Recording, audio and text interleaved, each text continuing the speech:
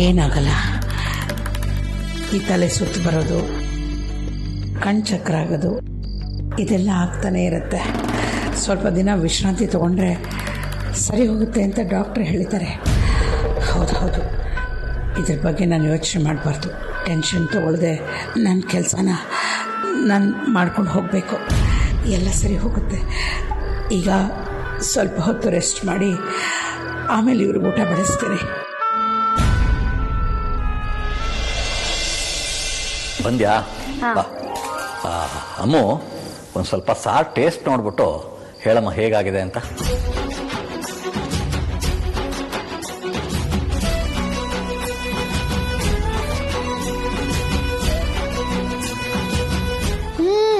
Super ಆಗಿದೆಪ್ಪ.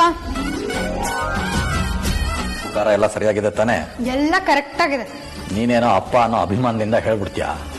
ಆಮೇಲೆ ನಮ್ಮ ಮನೆ ಕುಕ್ಕು ಪರಿನ ಒಪ್ಪಿಸ್ಬೇಕಲ್ಲ. ಇಲ್ಲಪ್ಪ, ತುಂಬಾ ಚೆನ್ನಾಗಿದೆ.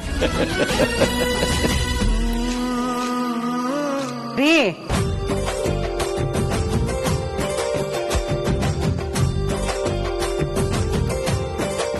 ಏನ್ರಿ ನಿಮ್ಮ ಅವತಾರ? ಅಯ್ಯೋ ಏನಿಲ್ಲ ಪರಿ, ನಾನು ಮೆಸ್ನಿಂದ ಮನೆಗೆ ಬಂದಾಗ ನೀನು ರೂಮ್ನಲ್ಲಿ ಮಲಗಿ ನಿದ್ದೆ ಮಾಡಿದ್ದೆ. ಮಕ್ಕಳು ನಿನಗೇನೋ ವೀಕ್ನೆಸ್ಸು ಅಂತ ಹೇಳಿದ್ರು.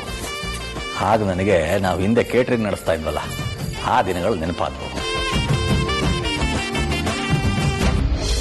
ಆಗಲೂ ಅಷ್ಟೇನೆ, ನೀನು ದಿನಪೂರ್ತಿ ಕೆಲಸ ಮಾಡಿ ಸುಸ್ತಾಗಿ ಮಲಗಿಬಿಟ್ಟಿರ್ತಿದ್ದೆ. ಹಾಗೆಲ್ಲ ರಾತ್ರಿ ಹೊತ್ತು ಅಡುಗೆನ ನಾನೇ ಮಾಡ್ತಾ ಇದ್ದೆ. ಆ ದಿನಗಳು ಯಾಕೋ ನೆನಪಾದವು ಬರೀ. ಅದಕ್ಕೆ ಇವತ್ತು ನಾನೇ ಅಡುಗೆ ಮಾಡಿದೆ. ನೀನು ಒಂದ್ಸಲ ಈ ಅಡುಗೆ ರುಚಿನ ನೋಡ್ಬಿಟ್ಟು ಓಕೆ ಅಂದ್ಬಿಟ್ರೆ ನಾವೆಲ್ಲ ಒಟ್ಟಿಗೆ ಕೂತ್ಕೊಂಡು ಊಟ ಮಾಡ್ಬೋದು. ನೀವು ಅಡುಗೆ ಮಾಡಿದ್ದೀರಿ ಅಂದರೆ ರುಚಿ ನೋಡೋದೇನ್ರಿ ಬಂತು? ಚೆನ್ನಾಗೇ ಇರುತ್ತೆ. ನೀನು ಯಾವಾಗಲೂ ಹೀಗೆ ಹೇಳ್ತೀಯ ಪರಿ. ನಾನು ಮಾಡಿದ್ದೀನಿ ಅಂತ ರುಚಿಯಾಗಿಲ್ಲದೆ ಇದ್ರು ರುಚಿಯಾಗಿದೆ ಅಂತ ಹೇಳ್ಬಿಡ್ತೀಯ.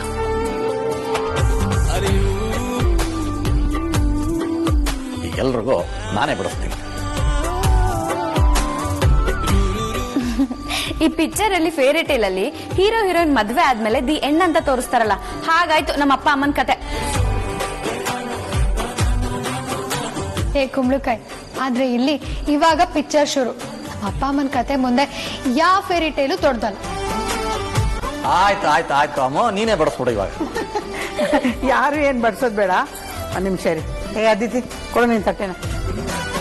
ಕೊಡವ ನಿಂದನು. ನಿಮ್ಗೇನು ಸ್ಪೆಷಲ್ ಆಗಿರ್ಬೇಕಾ? ಕೊಡಿ.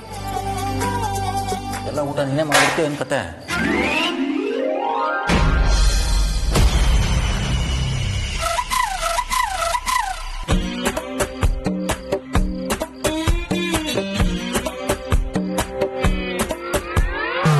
ನೀವೇನ್ ಮಾಡ್ಬೇಕು ಅಂತ ಹೇಳೋಣ, ಮಿಕ್ಕಿದ್ ನಾನ್ ನೋಡ್ಕೊಂತೀನಿ. ಎಲ್ಲ ಚಿಟ್ಕೆ ಹೊಡೆಯಷ್ಟಲ್ಲಿ ನಮ್ಮ ಹುಡುಗರು ಮಾಡಿ ಮುಗಿಸ್ತಾರೆ. ಮೊದಲು ಅಮೂಲ್ಯನ ನಾವು ಕಂಟ್ರೋಲ್ ತಗೋಬೇಕು. ನಾವು ಬೀಸ ಬಲೆಗೆ ಬೀಳೋದೇ ಇಲ್ಲ ಅಂತ ಅವಳು ತುಂಬ ಘಾಟಿ ಇದ್ದಾಳೆ. ಮೊದಲು ಅವ್ರ ಅಪ್ಪನ ನನ್ನ ಕಡೆ ಮಾಡ್ಕೋಬೇಕು. ಅಣ್ಣ, ಹಾಗಾದ್ರೆ ನಮ್ಮ ಕಡೆಯಿಂದ ಒಂದು ಒಳ್ಳೆ ಗಿಫ್ಟ್ ಕಳ್ಸಿರಾಗಿರುತ್ತಣ್ಣ. ಗಿಫ್ಟ್ ಕೊಡಬೇಕು, ಆದರೆ ಮಾಮೂಲಿ ಗಿಫ್ಟ್ ಅಲ್ಲ, ಬೇರೆ ಥರ ಗಿಫ್ಟೇ ಕೊಡಬೇಕು. ಅವಳು ಲೈಫ್ ಲಾಂಗ್ ಮರಿಬಾರ್ದು ಅಂತ ಗಿಫ್ಟ್ ಕೊಡಬೇಕು. ಬೇರೆ ಥರದ್ದು ಅಂದ್ರೆ ಅಂಥದ್ದೇನಣ್ಣ? ಆಮೇಲೆ ಅವ್ರ ಅಪ್ಪಂಗೆ ಒಂದು ಮೆಸೇಜ್ ಅಲ್ವಾ? ಇದೆ. ನಾನು ಒಂದೆರಡು ಸಲ ಆ ಕಡೆ ಹೋಗಿದ್ದೀನಿ. ಅಲ್ಲಿಗೆ ನಮ್ಮ ಹುಡುಗರು ಕಳ್ಸ. ಇದೇ ಟೈಮ್ಗೆ ನನ್ನ ಮೀನು ನನ್ನ ನೆನ್ಸ್ಕೋಬೇಕಾ? ಏಯ್, ಯಾರು ನೋಡು.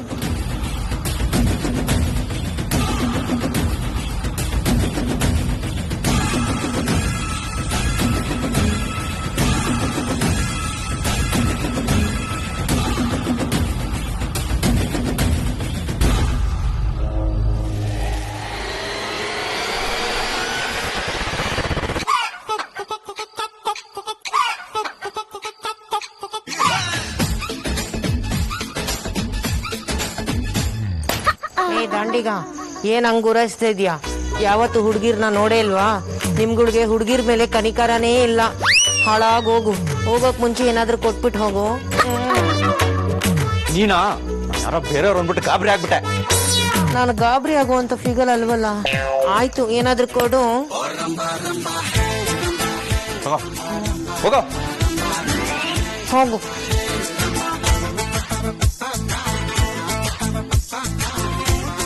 ಅಬ್ಬಾ ಹೆಂಗೋ ಸೇಫ್ ಆದೆ.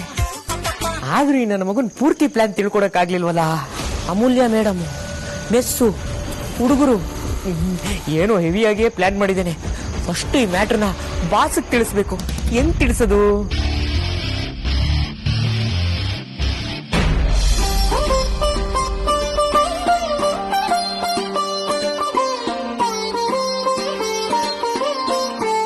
ಅಮ್ಮೋ ಹುಳಿ ಬಡಿಸು.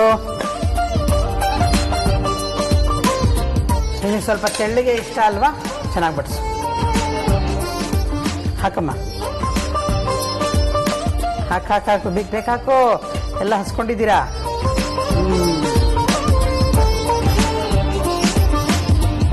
ಇವತ್ತು ನಾನು ನಿಮ್ಮೆಲ್ರಿಗೂ ಕೈ ತುತ್ತು ಹಾಕ್ತೀನಿ.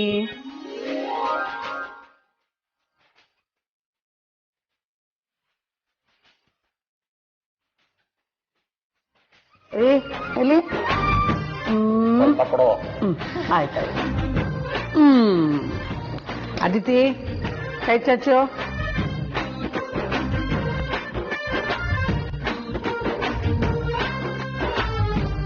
ಅಮ್ಮು,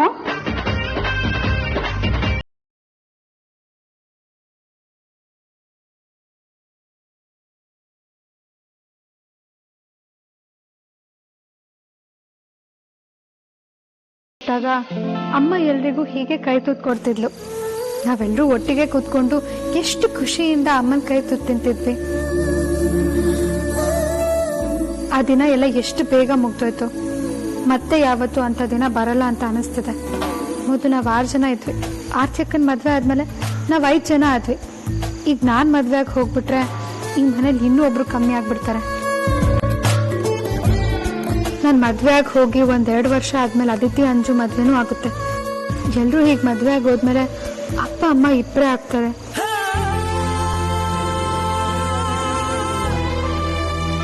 ಆರ್ಚಕ್ಕನ್ ಮದ್ವೆ ಆದ್ಮೇಲೆ ಅಪ್ಪ ಅಮ್ಮ ಮನೇಲಿ ಖಾಲಿ ಖಾಲಿ ಅಂತಿದ್ರು. ಇನ್ನು ನಾವೆಲ್ಲರೂ ಹೋಗ್ಬಿಟ್ರೆ ಅವರಿಬ್ರು ಒಂಟಿ ಆಗ್ಬಿಡ್ತಾರೆ.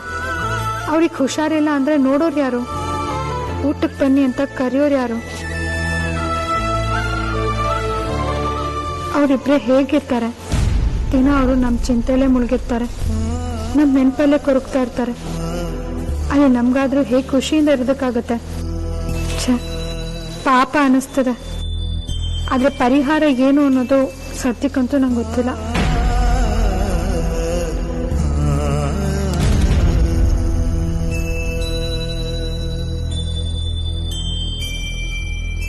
ಅಮ್ಮ,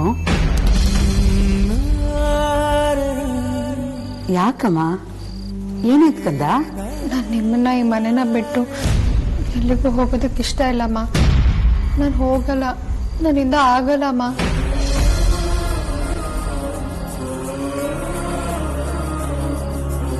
ಬೇಕಿದ್ರೆ ವೇದಾಂತ ಮದ್ವೆ ಆದ್ಮೇಲೆ ಬಂದು ಈ ಮನೇಲೇ ಇರ್ಲಿ. ಯಾಕೆ ಯಾವಾಗ್ಲೂ ಹೆಣ್ಮಕ್ಳು ಮದ್ವೆ ಆದ್ಮೇಲೆ ಗಂಡನ ಮನೆಗೆ ಹೋಗ್ಬೇಕು? ನಮಗೂ ಅಪ್ಪ ಅಮ್ಮನ ಜೊತೆ ಇರ್ಬೇಕು ಅಂತ ಆಸೆ ಇರುತ್ತಲ್ವಮ್ಮ. ಮದ್ವೆ ಆದ್ಮೇಲೆ ಹೆಣ್ಮಕ್ಳೇ ಗಂಡನ ಮನೆಗೆ ಹೋಗ್ಬೇಕು ಅಂತ ಯಾರು ರೂಲ್ಸ್ ಮಾಡಿದ್ದು? ಅದು ಜಗದ್ ನಿಯಮ ಕಣಮ್ಮ. ಅದನ್ನ ಯಾರು ಬದಲಾಯಿಸೋದಕ್ಕಾಗೋದಿಲ್ಲ. ಪ್ರತಿಯೊಂದು ಹೆಣ್ಣು ಮದುವೆ ಆಗಿ ಗಂಡನ ಮನೆಗೆ ಹೋಗ್ಲೇಬೇಕು. ಅಲ್ಲಿ ಆ ಮನೆಗೆ ಬೆಳಕಾಗಿ, ಆ ಕುಟುಂಬದ ಸುಖ ದುಃಖದಲ್ಲಿ ಭಾಗಿಯಾಗಿ, ಸಂಸಾರ ಅನ್ನೋ ಸಾಗರದಲ್ಲಿ ಸಂಪೂರ್ಣವಾಗಿ ತೇಲಿ ಮುಳುಗ್ದಾಗ್ಲೇನೆ ಒಂದು ಹೆಣ್ಣಿನ ಜೀವನ ಸಾರ್ಥಕ ಆಗೋದು. ಇದನ್ನ ನಿನ್ನೆ ಮೊನ್ನೆಯಿಂದ ನಡ್ಸ್ಕೊಂಡು ಬಂದಿರೋದಲ್ಲ, ನಮ್ಮ ಪೂರ್ವಜರ ಕಾಲದಿಂದ ನಡ್ಕೊಂಡ್ ಬಂದಿರೋದು. ಅದನ್ನೇ ಎಲ್ಲರೂ ಪಾಲಿಸ್ಲೇಬೇಕು. ಇಲ್ಲಪ್ಪ, ಈ ನಿಯಮ ಸರಿ ಇಲ್ಲ. ನಾನು ಎಲ್ಲಿಗೂ ಹೋಗಲ್ಲ.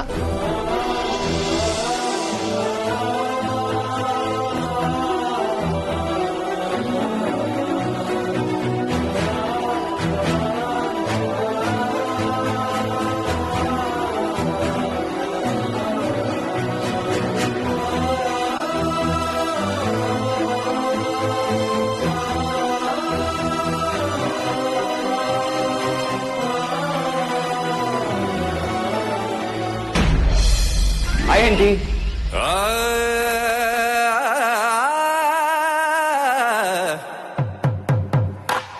ಇದೇನಿದು? ಯಾವತ್ತು ಇಷ್ಟು ಬೇಗ ಮಲ್ಕೊಳ್ದಿರೋರು ಇವತ್ತು ಬೇಗ ಮಲ್ಕೊಂಡಿದ್ದೀರಾ? ಅಯ್ಯೋ ಆಲ್ ರೈಟ್. ಒಂದ್ ವೇಳೆ ಹುಷಾರಿಲ್ವಾ?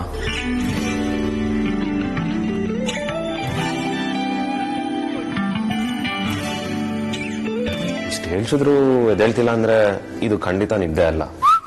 ಒಂದ್ ವೇಳೆ ನಿದ್ದೆ ಮಾಡ್ತಿರೋರ್ ತರ ಆಕ್ಟ್ ಮಾಡ್ತಿರಬೇಕು.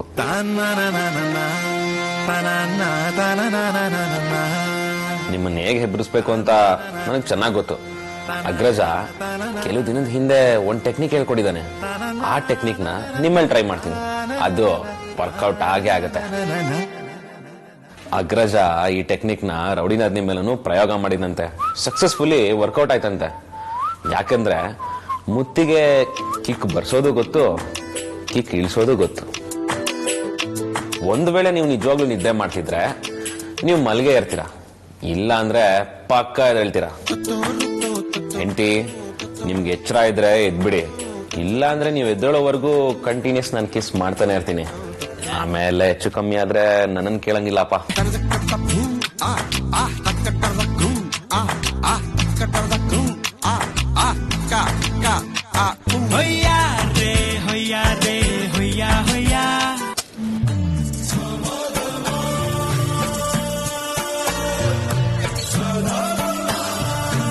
ಇವಾಗ ಎರಡನೇ ಮುತ್ಕೊಳ್ಳೋಣ.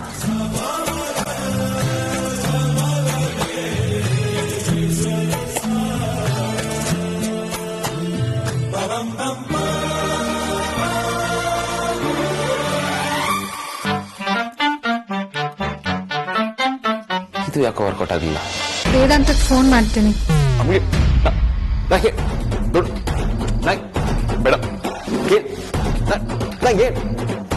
ಬೇಡ ಸ್ಟಾಪ್ ಇಟ್. ಇಡೀ ಕರ್ನಾಟಕದಲ್ಲಿ ನಿನ್ನ ರೌಡಿ ಬೇಬಿ ಅಂತ ಎಲ್ಲರೂ ಕರಿಬಹುದು. ಆದ್ರೆ ನಿಮ್ಮ ಅಪ್ಪ ಅಮ್ಮ ನಿಜವಾಗ್ಲೂ ನಿನ್ಗೆ ಕರೆಕ್ಟ್ ಆಗಿರೋ ಹೆಸರು ಹಿಟ್ಟೇ ಇಲ್ಲ. ನಿನ್ ಹೆಸರು 3 ಅಕ್ಷರ ಅಷ್ಟೇ ಅಲ್ಲ ಇರೋದು. ಏನಂದ ನೀನು? ಬಾಯಿ ಬಡಿಕೆ ಅಂತ ಹೇಳ್ದೆ. ಯಾವ ಜನ್ಮದ ಕಪ್ಪೆ ಹಾಕಿ ಹುಟ್ಟಿದ್ದು? ನಾನ್ ಸ್ಟಾಪ್ ಮಾತಾಡ್ತಾನೆ ಇರ್ತಿಲ್ಲ. ಆ ಜನ್ಮದ ಗಂಟ್ಲು ಬಾಯಿಲ್ಲ, ಈ ಜನ್ಮಕ್ಕೂ ಟ್ರಾನ್ಸ್ಫರ್ ಆಗಿದೆ ನೀವು. ಹೌದು ಕಣೋ, ನಾನ್ ಮಾತಾಡೋದ್ ನಿಲ್ಸಲ್ಲ. ನಾನ್ ಮಾತಾಡ್ತಾನೆ ಇರ್ತೀನಿ. ಅದ್ರಲ್ಲೇ ನನಗೆ ಸುಖ ನೆಮ್ಮದಿ ಎಲ್ಲ. ಆದ್ರೆ ನೀನ್ ನನ್ ಮಾತು ಕೇಳಿಸ್ಕೊತೀಯಾ? ಹೌದು, ಕೇಳಿಸ್ಕೊತೀನಿ. ಆದ್ಯನ ಮದುವೆ ಮಾಡ್ಕೊಡ್ವಾಗ ನನ್ ಕಣ್ಣಲ್ಲಿ ಎಷ್ಟು ಬಂತು ಗೊತ್ತಾ?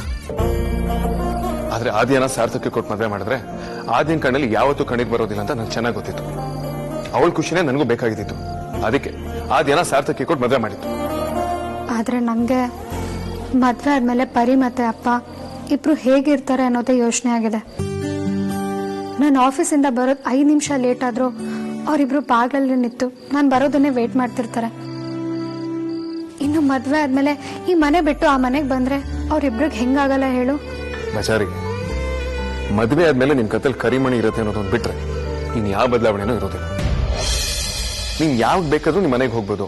ಇನ್ಫ್ಯಾಕ್ಟ್ ನೀನ್ ಹೋದಾಗೆಲ್ಲ ನಾನು ನಿನ್ ಜೊತೆ ಬರ್ತೀನಿ. ನಿಜನಾ?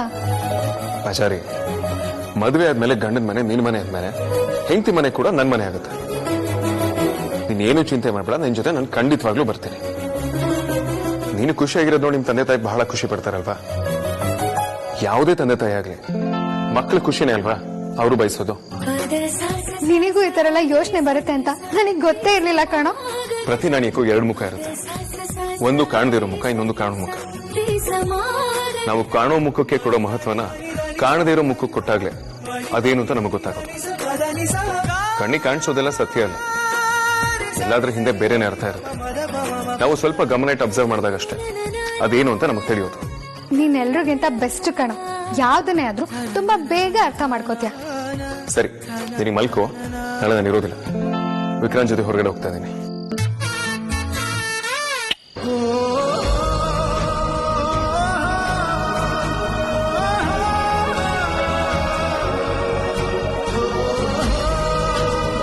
ಸರಿ, ಹುಷಾರಾಗಿ ಹೋಗ್ಬಾ. ಓಕೆ, ಬಾಯ್.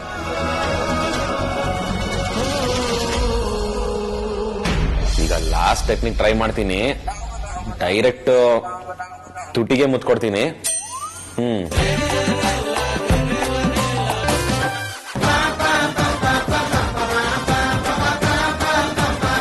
ಓಹೋ ಅಗ್ರಜ ಹೇಳ್ಕೊಟ್ಟಿದ್ದ ಟೆಕ್ನಿಕ್ಕು ವರ್ಕೌಟ್ ಆಯ್ತು.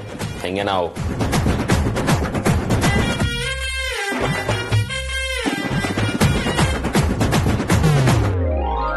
ಸ್ವಲ್ಪನೂ ಚೆನ್ನಾಗಿಲ್ಲ ಈ ಟೆಕ್ನಿಕ್. ಯಾರ್ದು? ವೇದಾಂತ್ ಬಾವಂದ ಇಲ್ಲ ನಿಮ್ದೇನಾ? ಇಲ್ಲ ಹೆಂಡತಿ, ನಿಜವಾಗ್ಲೂ ಅಗ್ರಜನೇ ಹೇಳ್ಕೊಟ್ಟಿದ್ದು. ನಿಜವಾಗ್ಲೂ ಬಾವಾನೇ ಹೇಳಿದ ಈ ಟೆಕ್ನಿಕ್ ನ? ಅವ್ರು ಯಾವತ್ತಾದ್ರೂ ಅಮ್ಮ ಮೇಲೆ ಇದನ್ನ ಎಕ್ಸ್ಪೆರಿಮೆಂಟ್ ಮಾಡಿದಾರಂತ? ವೇದಾಂತ್ ಬಾವ ಈ ತರ ಅಂತ ನಾನು ಅನ್ಕೊಂಡೇ ಇರ್ಲಿಲ್ಲ. ಅಯ್ಯಯ್ಯೋ ಚಿಚಿ ಹೆಂಡತಿ, ನಾನು ಹೇಳಿದ್ದೆಲ್ಲ ಸುಳ್ಳು. ಅಗ್ರಜ ಆಕ್ಚುಲಿ ಇಂಥದ್ನೆಲ್ಲ ನನ್ನ ಹತ್ರ ಹೇಳ್ಕೊಳಲ್ಲ. ಅವನ್ ತುಂಬಾ ಅಮಾಯಕ, ಈ ತರದ್ನೆಲ್ಲ ಅವನ್ ಮಾಡೋದು ಇಲ್ಲ. ಮತ್ತೆ ನೀವೇ ಅಲ್ವಾ ಹೇಳಿದ್ದು? ನೀವು ನಿದ್ದೆ ಮಾಡ್ಲಿಲ್ಲ ಅಂದ್ರೆ ಗ್ಯಾರಂಟಿ ಇದನ್ನೆಲ್ಲ ಕೇಳಿಸ್ಕೊಂಡು ಹೇಳ್ತೀರಾ ಅಂತ ಗೊತ್ತಿತ್ತು. ಅದಕ್ಕೆ ಒಂದ್ ಸುಳ್ಳ ಹಾಗೆ ಬಿಟ್ಟೆ. ಹೌದಾ? ಅಯ್ಯಯ್ಯೋ ರೀ ಹೊಡಿಬಿಟ್ರಿ, ಸುಮ್ನೆ ರೀ. ಯಾಕ್ರಿ? ಎಷ್ಟ್ ಕೆಟ್ಟೋರ್ ವಿಕ್ಕಿ ನೀವು, ಎಷ್ಟ್ ಸುಳ್ಳು ಹೇಳ್ತೀರಾ? ಸಾಕು ಇರ್ರಿ, ಹೊಡಿಬೇಡಿ, ಸಾಕು ಇರ್ರಿ. ಹೌದು, ನಿದ್ದೆ ಬರ್ದಿದ್ರು ನಿದ್ದೆ ಮಾಡೋರ್ ತರ ಹ್ಯಾಕ್ ಮಾಡ್ತಿರಲ್ಲ, ಅದೇಂಗೆ? ಏನಿಲ್ಲ, ನಾನು ಆತರ ಮಾಡಿದ್ರೆ ನೀವ್ ಹೇಗ್ ರಿಯಾಕ್ಟ್ ಮಾಡ್ತೀರಾ ನೋಡೋಣ ಅಂತ ನಾನು ಹಾಗೆ ಮಾಡ್ದೆ. ನೀವ್ ಈ ರೇಂಜ್ಗೆ ಇದೀರಾ ಅಂತ ನಾನು ಅನ್ಕೊಂಡಿರಲ್ಲ ರೀ. ನಿಮ್ಮನ್ನ ತುಂಬಾ ನಾನು ಇನ್ನೋಸೆಂಟ್ ಅನ್ಕೊಂಡಿದ್ದೆ, ಆದ್ರೆ ನೀವು ಜೋರಿದ್ದೀರಾ.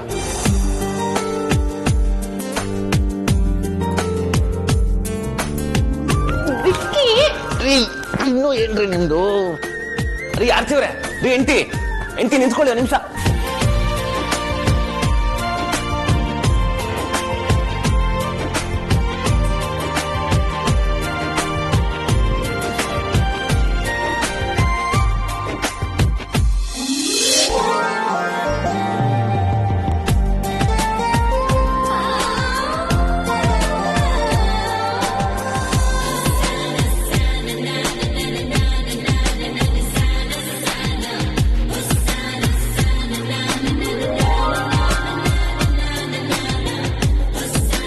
ಎಲ್ರಿ ಹೋಗ್ತೀರಾ ನನ್ ಬಿಟ್ಟು?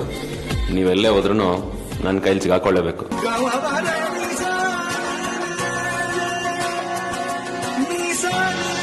ಮದ್ವೆ ಆದ್ಮೇಲೂ ಕೆಲಸ ಮಾಡಿ ಅಪ್ಪ ಅಮ್ಮಂಗೆ ದುಡ್ಡು ಕೊಡ್ಬೇಕು.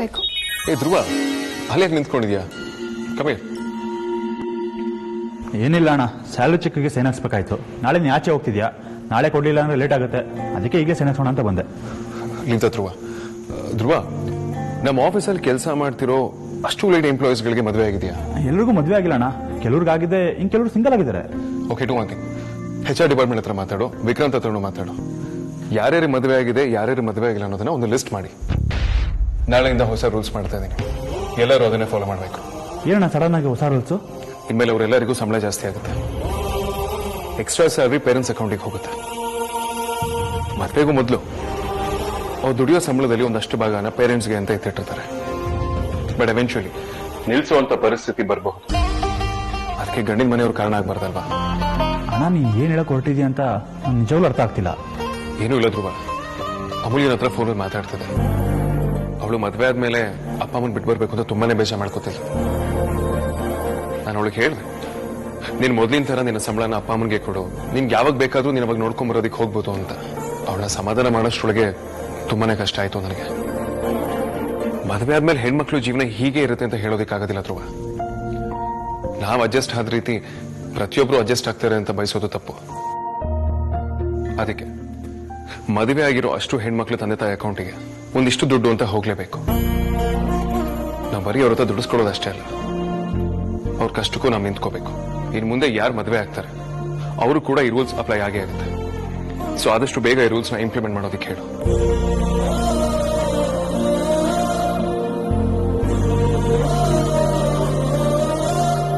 ಏನಾದ್ರು ಯಾಕೆ ಹಾಗೆ ನೋಡ್ಕೊಂಡು ನಿಂತಿದ್ಯಾ? ಅಲ್ಲ ಅಣ್ಣ, ನೀನು ಸಣ್ಣ ಸಣ್ಣ ವಿಚಾರನೂ ಇಷ್ಟು ಚೆನ್ನಾಗಿ ಅರ್ಥ ಮಾಡ್ಕೋತೀಯ. ನಮ್ಗೆ ಇಂಥ ಸಮಸ್ಯೆ ಇರುತ್ತೆ ಅನ್ನೋದೇ ಗೊತ್ತಿಲ್ಲ. ನೀ ಹೇಳದ್ ಕೇಳ್ತಿದ್ರೆ ಆಶ್ಚರ್ಯ ಆಗ್ತಿದೆ. ನಿನ್ ಬಗ್ಗೆ ನಂಗೆ ಹೆಮ್ಮೆ ಅನಿಸ್ತಿದೆ ಅಣ್ಣ. ಆ ದೇವ್ರು ನಮಗೆ ಎರಡು ಕೈ ಕೊಟ್ಟಿರೋದು ಯಾಕೆ ಹೇಳು? ಒಂದು ಕೈಲಿ ನಮಗ್ ನಾವು ಸಹಾಯ ಮಾಡ್ಕೊಳ್ಳೋದಕ್ಕೆ, ಇನ್ನೊಂದು ಕೈ ಬೇರೆಯವ್ರಿಗೆ ಸಹಾಯ ಮಾಡೋದಕ್ಕೆ. ಹಾಗಂತ ನಾವ್ ಮಾಡೋ ಸಹಾಯ ಒಂದು ಕೈಯಿಂದ ಇನ್ನೊಂದು ಕೈ ಗೊತ್ತಾಗ್ಬೇಕು ಅಂತ ಏನೂ ಇಲ್ಲ. ನಮ್ಮಿಂದ 4 ಜನಕ್ಕೆ ಹೆಲ್ಪ್ ಆದ್ರೆ ಅವ್ರು ಖುಷಿಯಾಗಿದ್ರೆ ನಾವು ಖುಷಿ ಆದಾಗಲ್ವಾ? ಅಂಡ್ ಮೋರ್ ಓವರ್, ನಾವು ಇನ್ನೊಬ್ರಿಗೆ ಒಳ್ಳೇದ್ ಮಾಡ್ದಾಗ್ಲಿ ಅವನು ನಮಗೊಂದಿನ ಒಳ್ಳೇದು ಮಾಡೋದು. ಹೌದು ಅಣ್ಣ, ನೀ ಹೇಳೋದು ನಿಜ. ನಾನು ಇದನ್ನು ಬೆಳಿಗ್ಗೆನೇ ಮಾತಾಡಿ ವ್ಯವಸ್ಥೆ ಮಾಡಿಸ್ತೀನಿ. ಗುಡ್ ನೈಟ್ ಅಣ್ಣ. Good night.